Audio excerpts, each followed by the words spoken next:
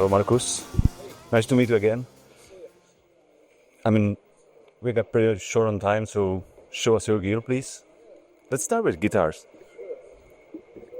This is the new Markus King signature ES345 from Gibson. And it's really a 335 because we don't have the varitone switch. But you got the split trapezoid like I like. Great guitar. This is truly a working man's guitar. Sounds like $1 million, and it looks... I know what you mean. I read something about your, grandfather bought a guitar like this, but you keep it at home, right? Yeah, I don't like to fly with it, but I take it on the road with me in the States. But Gibson and I, we did a limited run of custom shop Big Reds, because that was the nickname given to the guitar. Yeah. It was Big Red. So this is a more streamlined version of the guitar. We wanted to make something that was a little bit more accessible to the consumer and less to the collector. So this is going to be a little more than half of the price point of the custom shop. And that was our main intention and goal, is I wanted to get this guitar to more players. So this is my primary axe out here when I'm playing. Apart from that, I use my Telecaster, which is a 2018 62 replica that Fender did at the time. Really? Because I saw something like Stratocaster 62. So you changed the gear a bit? Yeah, I changed the gear. So basically what I have over here is my fly date rig. So these guitars stay in my fly vault.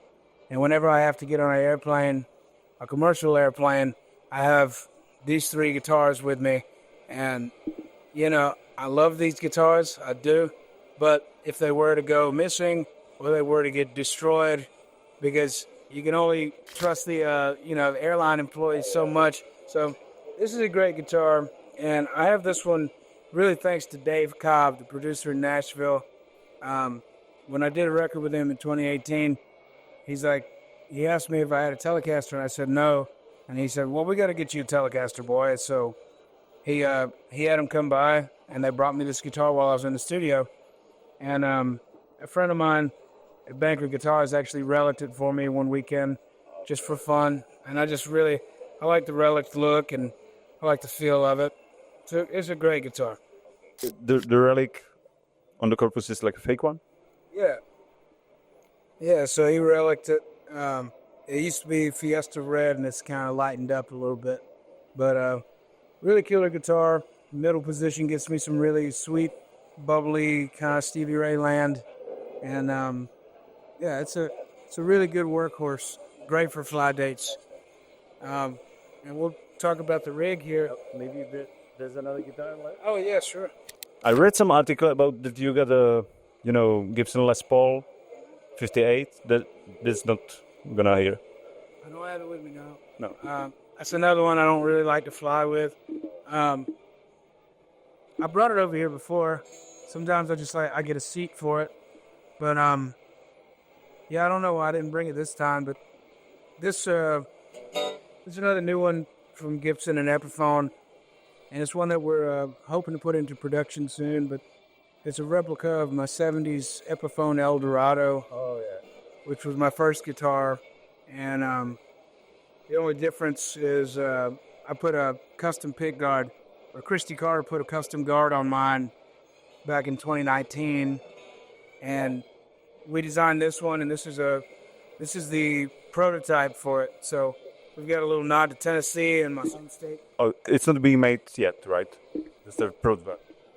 Yeah. So yeah, got my signature there. That's great.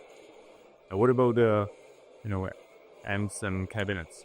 MK Ultra, you call it? Yeah. So me and Cliff Cooper and my good friend Pat Foley.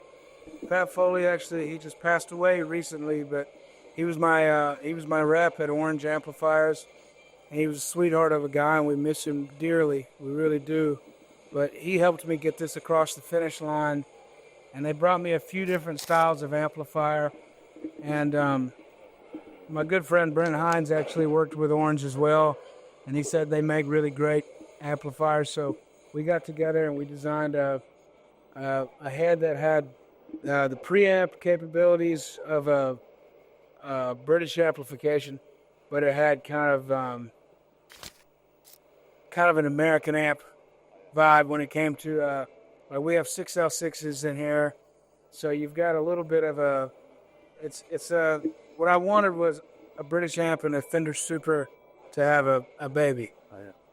And eventually I'd like to reproduce this head with a reverb tank. Oh, yeah. Because I have this is basically just a Fender reverb unit, but it's custom built for me.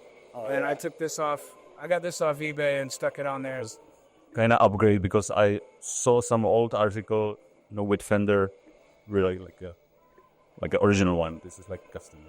Yeah, this is custom, and we usually run 2 amplifiers. Oh, yeah. But this stage is a little bit small. These cabinets are also custom built for us in the States by our friends in Mojo Town. These are 8 10-inch speakers. I just like the sound of the 10s a lot better than the 12s. Gonna be loud, right? Yeah, it'll be nice and loud. So this is we have all of our keyboards coming through these towers. Yeah. And these are based off of the old Sun or PV or Fender, just tower PAs that they used to make in the 60s and 70s.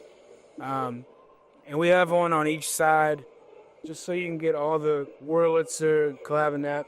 Everything's coming through here, so we don't have to rely on PA systems. We can get the real tone of the instrument, Okay, cool. I would have a quick look to your billboard.